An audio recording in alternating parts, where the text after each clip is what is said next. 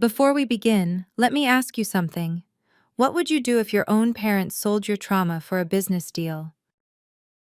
My name is Madison Foster, and I'm 32 years old. Last Thanksgiving, my parents publicly disowned me in front of 30 relatives and my sister's wealthy future in-laws. They announced I was banned from all family events because I got pregnant at 19, a shameful stain on their perfect reputation. What they carefully omitted was that their business partner had assaulted me, that they knew about it, and that they'd accepted $200,000 to make it all disappear. For 13 years, I carried their shame, while they carried his money. I was erased from family photos, excluded from holidays, and painted as the daughter who chose career over family. But when they decided to sacrifice me one final time to secure my sister's engagement to the prestigious Harrison family, they didn't know their discarded daughter had spent over a decade documenting everything. Before I share how their public execution became their own downfall, please take a moment to like and subscribe, but only if this story truly speaks to you. I'd love to know where you're watching from and what time it is there. Sometimes the family scapegoat holds the most dangerous truths. We were the Fosters, the family everyone envied at church. My father Robert built his commercial real estate empire from nothing, or so he told everyone at country club dinners. My mother Linda ran 3 charity boards and organized the annual hospital gala that raised millions. Every Christmas card featured our perfect smiles in coordinating outfits, standing in front of our colonial house with its manicured lawn. I was the golden child once. Straight A's, violin recitals, accepted early to Northwestern. Emily was just 15 then, still braces and braids innocent, looking up to me like I hung the moon. Our dining room hosted dinner parties where Dad's business partners complimented Mom's cooking and praised their wonderful daughters. Mr. Mitchell from Mitchell Industries was a frequent guest, always bringing expensive wine and sitting a little too close to me at dinner. "Your daughter's growing into quite the young woman," he'd tell my parents, while his hand found my knee under the table. I was 18. Dad would beam with pride. Mom would suggest I show Mr. Mitchell my acceptance letter, my awards, anything to keep him impressed and investing. The Foster family portrait that hung above our fireplace showed 4 people who had everything. By the time I turned 19, that portrait would become the most expensive lie my parents ever bought. They kept it hanging for 13 years, even after they erased me from every other family photo. I suppose it's easier to pretend someone never existed than to admit why they had to disappear. Looking back, the signs were everywhere. The way Dad never questioned Mitchell's interest in his teenage daughter.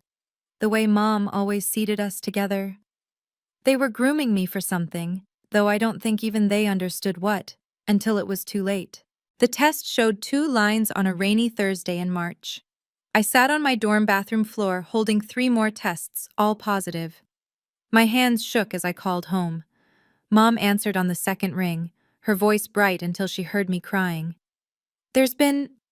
Something happened with Mr. Mitchell," I managed to say.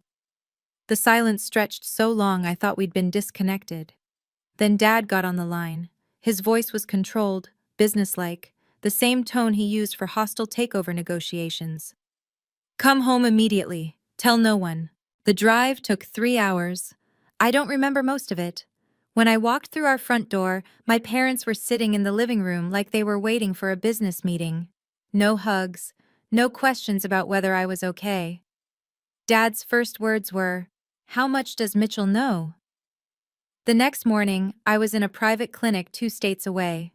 Dad paid cash. Mom held my hand but wouldn't look at my face. On the drive home, she finally spoke. "This never happened. You were never pregnant. Mitchell was never inappropriate. We're handling this as a family." A week later, a check for $200,000 was deposited into an education trust in my name, accessible only after age 30. Dad called it a consultation fee from Mitchell Industries. I called it blood money. The moment I signed those papers, I became the family shame, the daughter who got herself in trouble and nearly cost them everything. They moved me off campus into a studio apartment. told everyone I needed space to focus on my studies. The truth was they needed me far enough away that Mitchell wouldn't get nervous, but close enough to control. I built my life without them, quietly, professionally, successfully.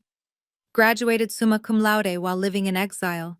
Got my MBA at night while working days at an investment firm. By 25, I was managing portfolios worth millions. My clients trusted me with their futures, even as my own family couldn't trust me with their present. Holiday photos arrived each year like clockwork. Mom, Dad, and Emily in matching sweaters. 3 stockings on the mantel. 3 place settings at Thanksgiving. When relatives asked about me, Mom perfected her concerned smile. Madison's so focused on her career. You know how ambitious young women are these days. Emily grew up believing I'd abandoned them for money and success. She'd text occasionally, tentative messages like, "Mom says you're too busy for family dinners," or, "Dad mentioned you couldn't make it to my graduation." I wanted to tell her the truth so many times, but what would I say? That our father sold my silence for a business deal? That our mother chose reputation over rape? The worst part was watching Emily become their perfect replacement daughter. Debutante ball at 18. Engagement to James Harrison at 27. Everything tracked perfectly to maintain the foster family image. She never questioned why her older sister lived 10 miles away, but might as well have been on Mars. Dr. Coleman, my therapist, called it emotional homelessness. Every week for 13 years, we worked through the trauma, the gaslighting, the grief of losing a family that was never really mine. She kept meticulous records, professional assessments that would one day matter more than I could have imagined. Document everything, she always said. Truth has a way of demanding its day. The Harrison family announcement made the society pages in August. Harrison heir to wed foster beauty. The photo showed Emily's radiant smile, James's protective arm around her, and our parents beaming in the background. The article mentioned their close-knit family and impeccable reputation. It didn't mention their other daughter. The Harrisons were everything my parents aspired to be. Old money that went back 3 generations, board positions at Fortune 500 companies. The kind of wealth that didn't need to announce itself because everyone already knew. James's mother, Catherine Harrison, served on the Met's board and summered in the Hamptons. His father owned the largest private equity firm in the state. My phone rang the night after the announcement. Dad's number. I almost didn't answer. Madison? Not hello, not how are you. The Harrisons are conducting background checks, very thorough ones. We need to discuss your situation. By situation, he meant my existence.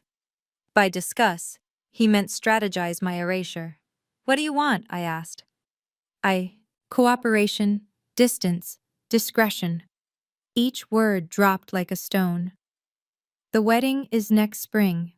Until then, and after, you need to be invisible. Emily's happiness depends on it. I thought about Emily, 28 and in love, building her life on a foundation of lies she didn't even know existed. And if I don't? Then you're not the smart woman I raised you to be. The threat was subtle but clear. They still had connections, influence, the ability to make my professional life difficult. But what Dad didn't know was that I'd been seeing Dr. Coleman twice a week, keeping every receipt, every document, every piece of evidence. The education trust would be accessible in 3 months. I could wait. I'd been waiting 13 years. The invitation came 2 weeks before Thanksgiving. Formal cardstock with Mom's perfect calligraphy. Please join us for Thanksgiving dinner. The Harrisons will be attending. Your presence is requested at 4 p.m. sharp. Your presence is requested, like I was a business associate, not their daughter. I called Dr. Coleman immediately. They want something, she said. This isn't reconciliation. Prepare yourself. I spent the next 2 weeks gathering documents, medical records from the clinic, the deposit slip from Mitchell's payoff, Dr. Coleman's 13 years of session notes, professionally summarized. My lawyer, recommended by Dr. Coleman, prepared everything in a neat folder. Just in case, he said. The morning of Thanksgiving, I dressed carefully. Conservative dress, minimal makeup, the pearl necklace they'd given me for my 18th birthday, back when I was still their daughter. I placed the folder in my purse, along with a sealed envelope I'd prepared specially for the occasion.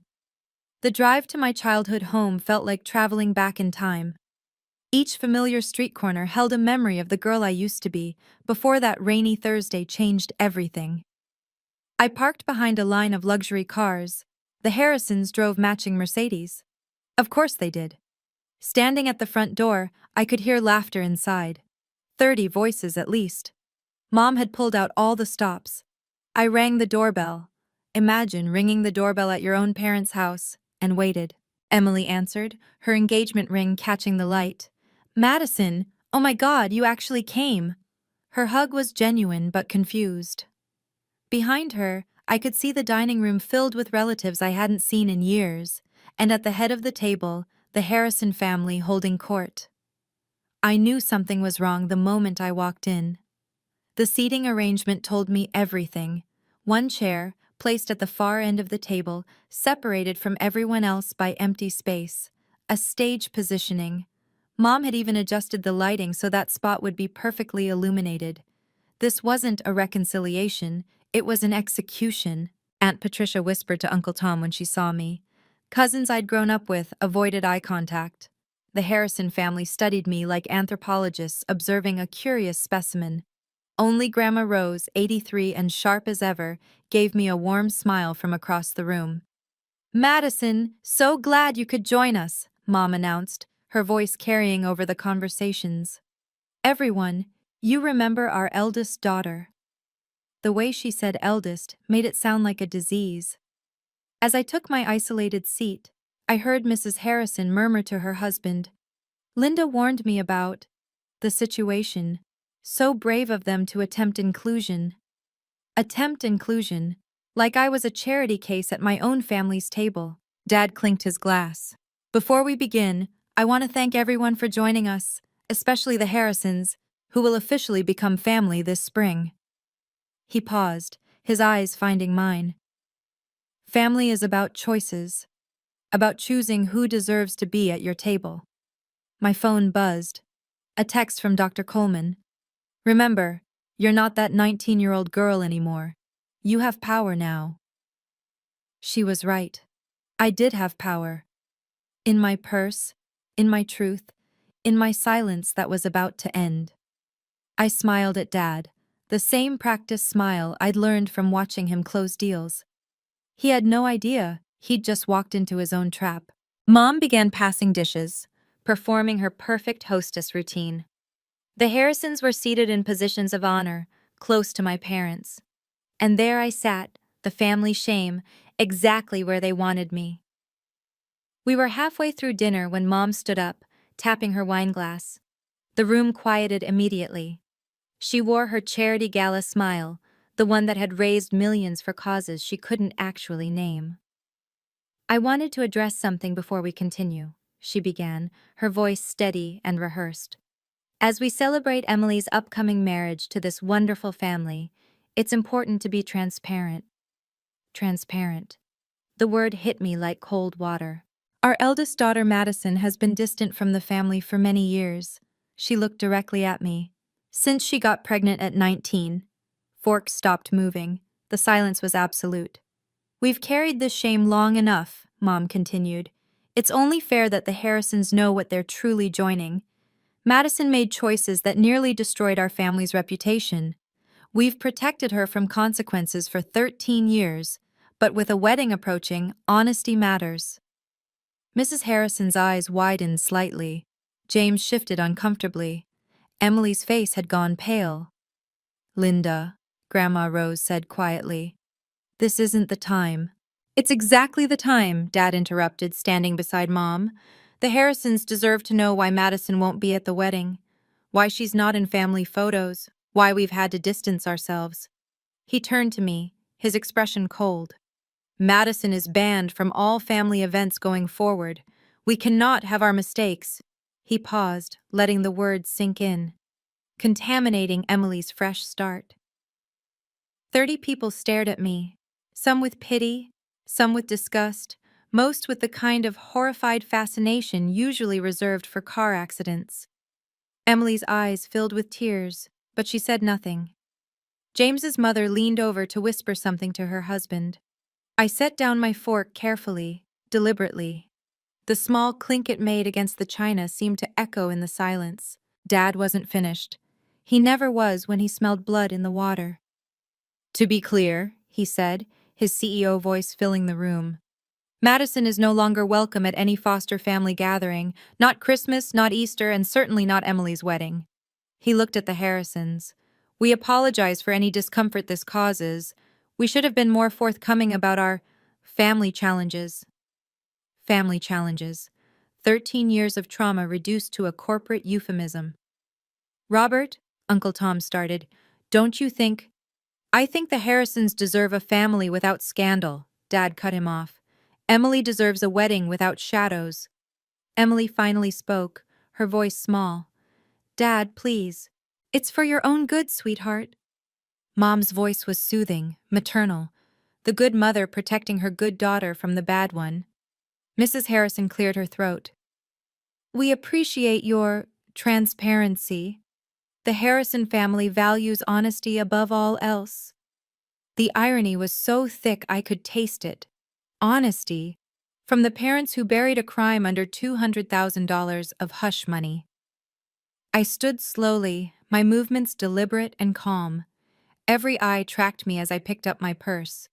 I could feel Dad's satisfaction radiating across the table. He thought he'd won. He thought he'd finally erased me completely, publicly, with witnesses who mattered. Thank you, I said, my voice carrying clearly. Thank you for finally being honest about how you feel. Mom actually smiled, mistaking my composure for defeat. I reached into my purse, my fingers finding the envelope I'd prepared. 13 years of therapy had led to this moment. 13 years of Dr. Coleman saying, when you're ready, you'll know. I had waited 13 years for this moment. I stood there for a moment, letting the weight of their cruelty settle over the room like fog.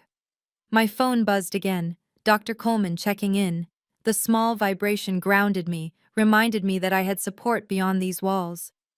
Before I go, I said, my voice steady as still water, I want to thank you both for clarifying things so publicly.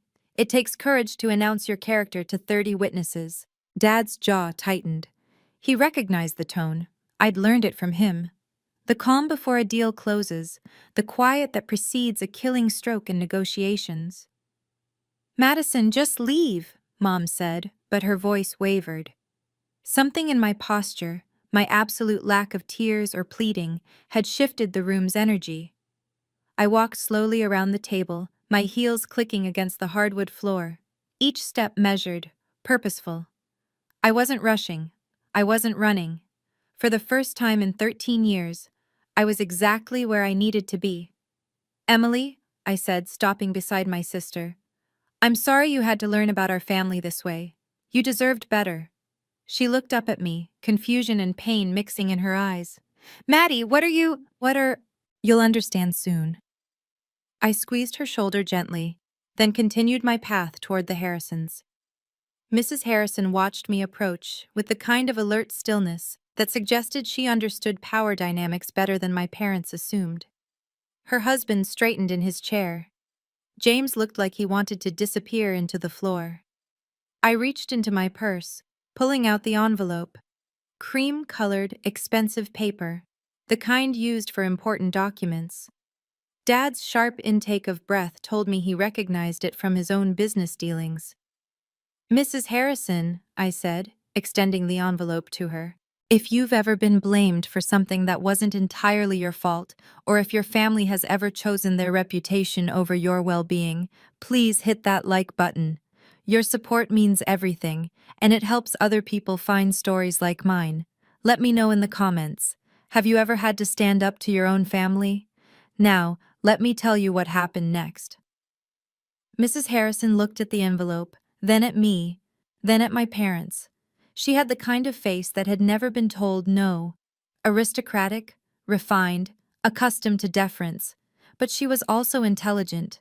I could see her calculating, assessing the situation like the chess game it had become. "Since we're sharing family histories tonight," I said loud enough for everyone to hear, "I thought you should have the complete record." Dad shot up from his chair. "Madison, that's private." "Private?" I let the word hang in the air. "Like my pregnancy announcement just now?" Mrs. Harrison took the envelope with manicured fingers. The paper was heavy, expensive. I'd chosen it carefully. Details matter when you're changing your life. "This is inappropriate," Mom said, her voice climbing.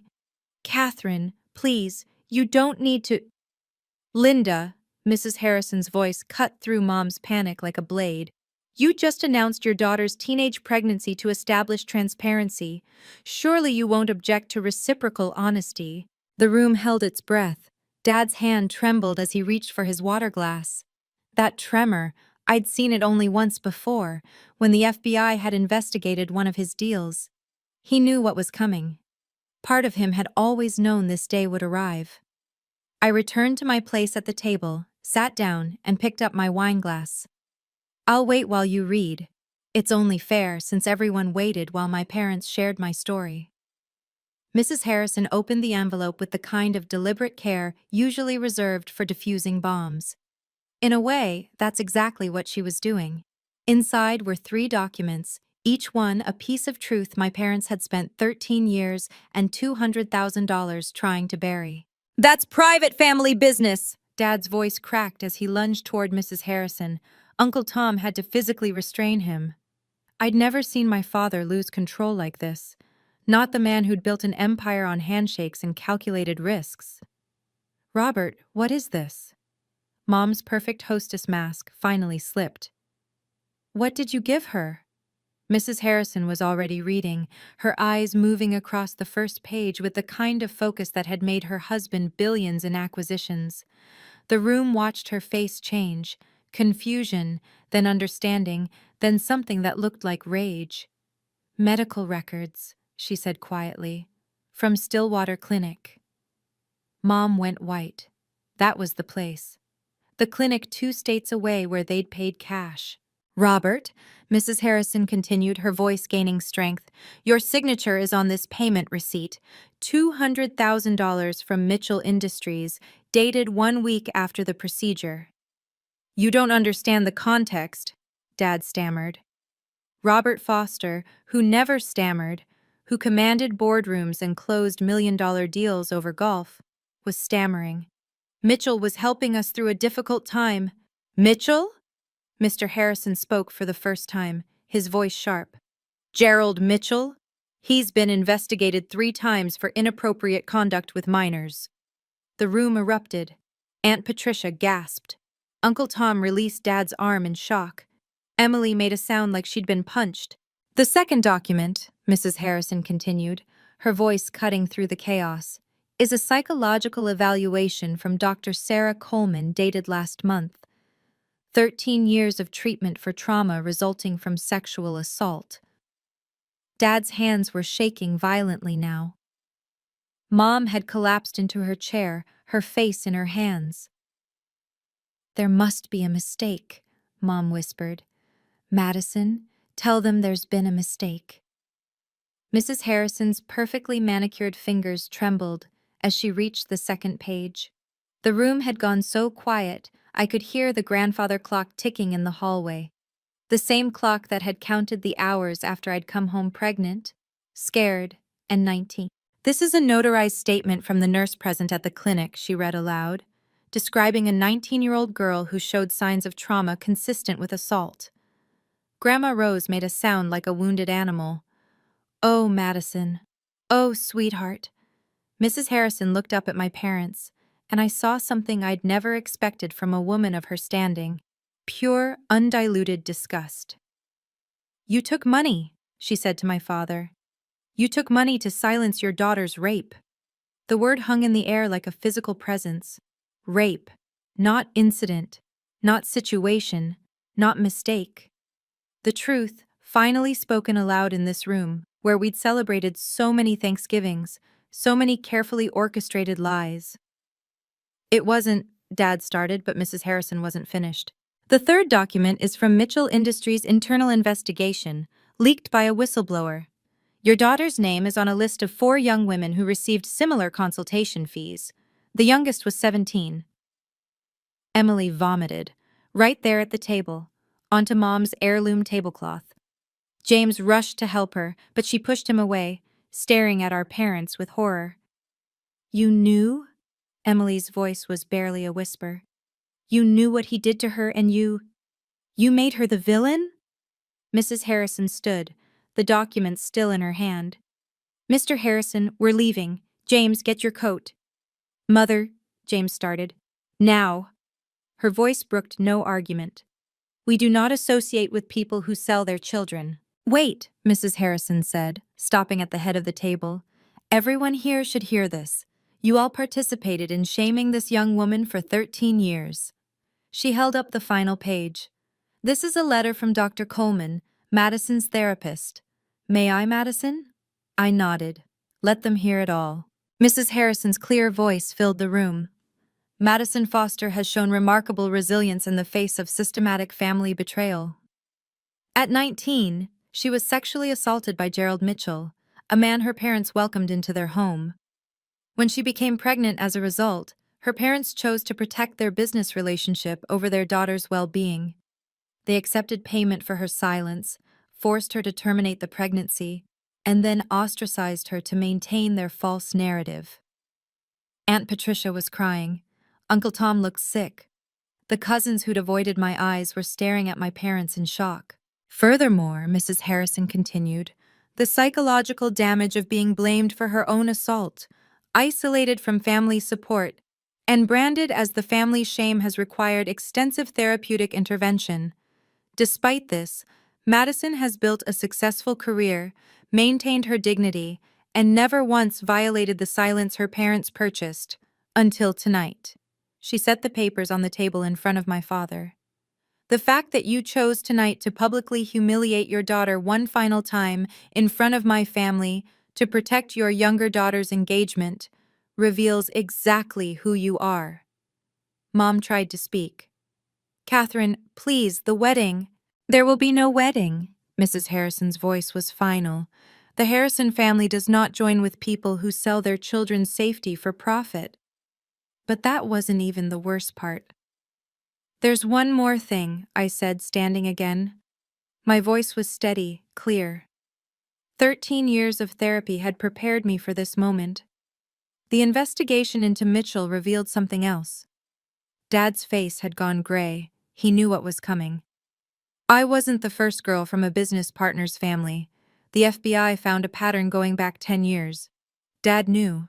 There were complaints before me, settlements before mine. The room erupted. Chairs scraped back as people stood, voices raised in shock and anger. But I kept going. When I came home pregnant and terrified, Dad didn't call the police. He called Mitchell. They negotiated my silence like a real estate deal. $200,000 for the abortion, the therapy, and my signature on an NDA that's now void thanks to the criminal investigation. You're lying, Mom whispered, but her voice held no conviction. The FBI has the emails, Mom. Dad discussing my situation with Mitchell, negotiating the price of my silence, planning how to spin it as my fault if anyone asked. I pulled out my phone, showed them the case number. I've been cooperating with them for 6 months. Emily stood on shaking legs, mascara streaming down her face. You let me think she was a slut. You let me think she abandoned us for her career. You made me hate my own sister for being a victim. Emily, sweetheart, Mom reached for her. Don't touch me. Emily's voice was raw. Don't you ever touch me again. Grandma Rose stood, using her cane for support. At 83, she moved with the authority of a matriarch who'd seen enough. She walked to me, cupped my face in her weathered hands. I suspected, she whispered. I'm so sorry I didn't protect you. Mrs. Harrison pulled out her phone. I'm calling our lawyer. Madison, do you have representation? Yes, I said. He's been waiting for my call. The room fractured into chaos. Aunt Patricia confronted my mother, demanding to know how she could do this to her own daughter. Uncle Tom was on his phone with someone, his voice urgent. The younger cousins huddled together, processing the horror of what they'd just learned. But the most important witness was yet to speak. "I can confirm everything Madison just said." The voice came from the doorway. Dr. Sarah Coleman stood there, professional in her blazer, holding a briefcase. "I apologize for arriving unannounced, but Madison asked me to be available if needed." "This is a violation of privacy," Dad started. "Actually, Madison signed a release allowing me to discuss her treatment in this specific context. Everything I'm about to say is legally protected testimony that I've already provided to the FBI." She walked into the room with the confidence of someone who'd testified in court before. "For 13 years, I've documented Madison's trauma, her PTSD, her struggle with family betrayal. Every session, every breakthrough, every setback caused by her parents' continued emotional abuse." "We never abused," Mom protested. "Gaslighting is abuse. Isolation is abuse. Blaming a rape victim for her assault is abuse." Dr. Coleman's voice was clinical, devastating. "You didn't just fail to protect your daughter. You actively participated in her continued victimization for over a decade." "The Harrisons need to know," Dr. Coleman continued, looking at James's parents, "that Emily shows signs of being groomed for similar exploitation. The family dynamics that allowed Madison's assault are still present." Emily gasped. James immediately moved to shield her, but she stepped away from everyone, standing alone in the center of the room. Sometimes the truth takes years to come out, but when it does, everything changes. If this story resonates with you, please consider subscribing to hear more stories about finding justice and setting boundaries. Share this with someone who needs to hear that their truth matters. And remember, you're not alone in your journey. Now, let me share what happened after that Thanksgiving. The Fosters went from hosts to pariahs in minutes. Mrs. Harrison was already at the door, her husband's hand on her back. "James, we're leaving. Now." "But Emily," James looked torn, "is a victim too," his mother said firmly. "But we cannot have our family connected to this. The liability alone."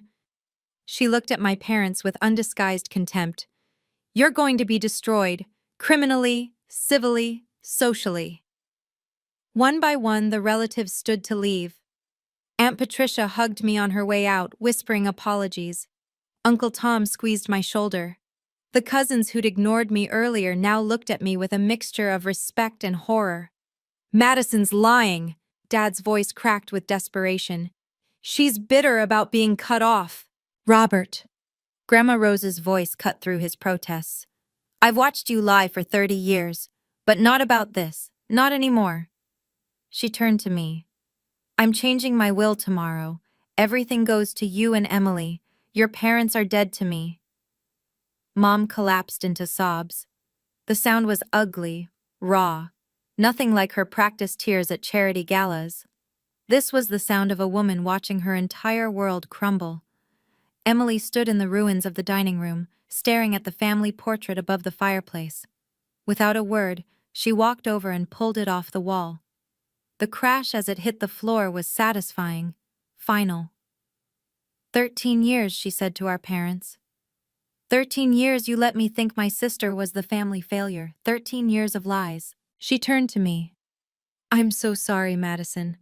I'm so sorry." The room emptied until it was just the four of us, the Foster family, or what was left of it. I stood in the wreckage of their Thanksgiving, their perfect family dinner destroyed more thoroughly than they'd ever destroyed me. The dining room that had hosted so many performances of false perfection was finally, brutally honest. "You did this," Dad said, his voice hollow. "You destroyed everything." "No," I said, picking up my purse. "You did this 13 years ago when you chose Mitchell's money over my safety. I just chose to stop keeping your secret." I walked to Emily, who stood shaking among the scattered china and shattered portrait frame. "My door is open when you're ready. Dr. Coleman has a colleague who specializes in family trauma. I'll send you her information." Emily nodded, unable to speak through her tears. I turned to my parents one last time. They looked smaller somehow, diminished. The powerful Robert and Linda Foster reduced to what they'd always been, cowards who sold their daughter for social standing. "The trust fund is mine in 2 weeks," I said. "My lawyer will be in touch about the rest. The house, the assets you put in my name for tax purposes, I'll be collecting everything. Consider it 13 years of unpaid therapy bills." "Madison, please," Mom reached out. "Mom, no." I stepped back. "You had 13 years of pleas, 13 years to apologize, to make it right, to choose me. You chose this instead." I walked to the door, my heels clicking on the hardwood with the same measured pace I'd entered with. At the threshold, I turned back one more time. "I recorded everything tonight. For the FBI. They're very interested in Dad's connection to Mitchell's other victims." I walked out with my head high for the first time in 13 years. My lawyer had been waiting for my signal. The call I made from my car set everything in motion. "File everything," I told him. "The civil suit, the criminal complaint, all of it." By Monday morning, the Foster family empire began its public collapse. The FBI raided Dad's office, seizing computers and files related to Mitchell Industries. The local news picked up the story by Tuesday. Prominent developer linked to sexual assault cover-up ran below a photo of Dad in handcuffs. The trust fund transferred to my account on schedule, $200,000 plus 13 years of interest. But that was just the beginning. My lawyer found 17 properties Dad had put partially in my name for tax benefits. Contracts he'd needed my signature on, telling me they were family formalities. Together, they were worth $3 million. "He never thought you'd claim them," my lawyer explained. "Classic narcissist mistake, assuming the victim will stay a victim forever." Mitchell Industries folded within a month, criminal investigations revealing 4 more families who'd been paid for silence. Dad's business partners fled like rats from a sinking ship. His credit lines were called in. The house went into foreclosure. Mom's charity boards expelled her within a week. The country club revoked their membership. The church they'd attended for 20 years asked them not to return. In trying to protect their reputation, they'd ensured its complete destruction. Dr. Coleman submitted her 13 years of records to support my civil case. The trauma, the PTSD, the suicide attempts they never knew about, all documented, all admissible. The judge awarded me another $500,000 in damages. But the real justice wasn't monetary. It was the truth, finally free, spreading through their carefully curated world like wildfire. Within a month, the Foster name became synonymous with scandal. The story spread through their social circles like cancer, each retelling adding another layer of horror. The business community blacklisted Dad completely. Who would trust a man who sold his daughter's safety for a deal? Mom's book club disbanded rather than have her attend. The hospital gala committee sent a formal letter requesting she never contact them again. Every charity she'd worked with publicly distanced themselves. The local newspaper ran an editorial about wolves in sheep's clothing that didn't name her directly, but didn't need to. Their friends, the ones who'd attended their parties, praised their parenting, envied their success, disappeared overnight. The Mitchells, the Carlsons, the Weatherbys, all the families who'd formed their social foundation, wouldn't return their calls. Mom's sister flew in from Seattle just to tell her she was no longer welcome at family reunions. The house sold at foreclosure for a third of its value. They moved to a rental apartment on the wrong side of town, the kind of place Dad used to buy and flip without ever stepping inside. Mom got a job at a call center. Dad couldn't find work anywhere. His name was poison in the business community. But the cruelest blow came from their own church. Pastor Williams, who'd baptized both Emily and me, who'd eaten at their table countless times, delivered a sermon about false prophets and whited sepulchres that everyone knew was about them. They tried attending service once after that. The congregation's cold silence drove them out before the opening hymn ended. "They got what they deserved," Aunt Patricia told me later. "But honestly, Madison, it wasn't enough. Not for what they did to you." Emily called me 3 weeks after Thanksgiving. Her voice was different, older, sadder, but somehow stronger. "Can we meet?" she asked. "I need to apologize properly." We met at a coffee shop downtown, neutral territory. She looked exhausted, with dark circles under her eyes, but her posture was straighter than I'd ever seen it. "I broke up with James," she said first. "Not because his family demanded it, but because I realized I don't know who I am. They raised me to be a doll, Madison. A perfect, empty doll." She showed me her phone. She'd blocked our parents' numbers. "They keep trying to contact me through other people. Mom sent 17 emails about how you've destroyed the family. Dad actually asked if I could lend them money." "Emily, I started therapy," she interrupted, "with Dr. Coleman's colleague. She says I show signs of emotional abuse, parentification, and grooming behaviors. I never knew that's what it was. I thought being the good daughter meant something." She pulled out an envelope, hands shaking. "I hired a lawyer. I'm suing them too. For emotional abuse. For the trust fund they stole from my college account to pay for their lifestyle. For making me complicit in your abuse without my knowledge." "You don't have to." "Yes, I do." Her voice was firm. "For 13 years, I was their weapon against you. Every family photo without you, every holiday you missed, every time I parroted their lies about your selfishness. I was hurting you. I didn't know, but that doesn't make it okay." She reached across the table, taking my hand. "I want my sister back, if you'll have me. I know I don't deserve it, but—" "You were a child," I said. "They manipulated you too." Emily finally saw the prison our parents had built for both of us.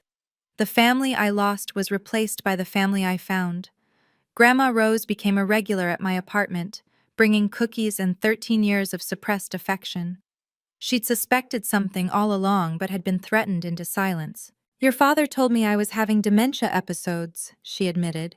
"Said I was imagining things about Mitchell, made me doubt my own mind. I should have fought harder for you." Aunt Patricia reached out next, then Uncle Tom, then cousins I hadn't spoken to since I was 19, each one carrying their own guilt, their own piece of the puzzle they'd been too afraid to examine. We formed a different kind of family, one built on truth instead of image. The most unexpected connection came from other survivors. After the news broke, 3 women contacted me. All had similar stories about Mitchell. All had been silenced by their families. We formed a support group, meeting monthly at Dr. Coleman's office. Their strength helped me realize I wasn't just surviving anymore.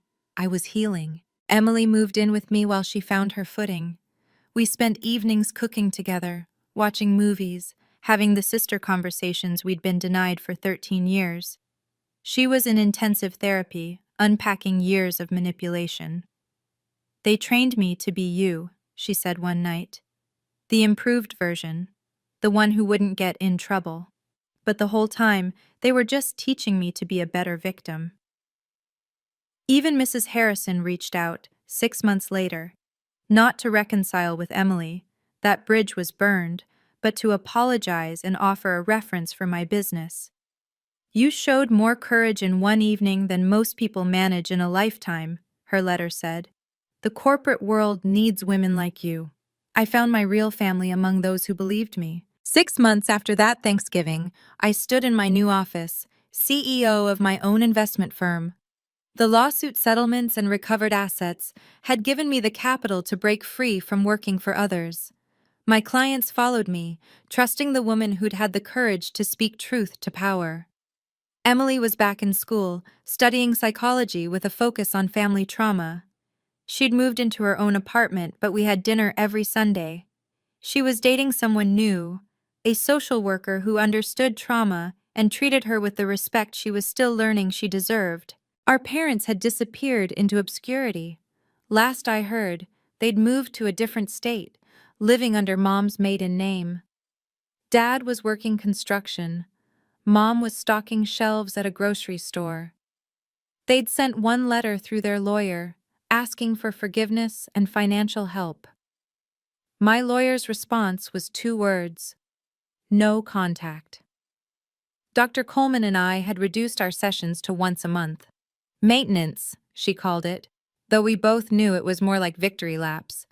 13 years of intensive therapy had led to this, not just survival, but triumph. The Mitchell investigation had expanded to 3 states. 17 families had come forward. Dad was facing federal charges for money laundering and conspiracy. The FBI agent handling my case told me my testimony had been crucial. "You broke the dam," she said. "Your courage gave others permission to speak." I'd started speaking at survivor conferences, sharing my story with rooms full of people who understood. The girl who'd been silenced at 19 had found her voice at 32, and it turned out that voice could help others find theirs too. I chose peace over family, and I've never been happier. Your truth matters, even if your family denies it. For 13 years, I believed their version of my story. The shameful daughter who got herself in trouble. The selfish sister who chose career over family. The stain on their perfect reputation. But truth has a way of surfacing, no matter how deep you try to bury it. Setting boundaries isn't cruel. It's necessary. Going no contact with your parents doesn't make you a bad daughter. Refusing to keep family secrets doesn't make you disloyal. Choosing your mental health over family harmony makes you brave, not selfish. Some people will say I should have forgiven them, that family is everything, that holding on to anger only hurts you. But here's what I learned. Forgiveness isn't required for healing. Sometimes the most loving thing you can do, for yourself and for them, is to walk away and stay away. My parents lost everything because they valued their reputation over their daughter's safety. They spent 13 years building a house of cards, and I didn't knock it down, I just stopped protecting it from the wind. If you're sitting at someone's table right now, feeling like the family shame, wondering if your truth matters, it does. If you're keeping a secret that's eating you alive to protect people who wouldn't protect you, you don't have to. If you're being blamed for something that wasn't your fault, that shame isn't yours to carry. Your story matters. Your pain is valid. Your truth deserves to be heard. And sometimes, the best revenge isn't revenge at all. It's simply refusing to be silenced anymore. It's choosing yourself, even if that means standing alone at first. Because eventually, you'll find your real family, the people who believe you, support you, and love you without conditions. Thank you for listening to my story. If you've survived family trauma or had to set difficult boundaries, you're not alone. Please like and subscribe if this resonated with you.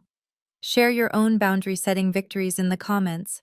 Your story might help someone else find their courage. What boundaries have you had to set with family?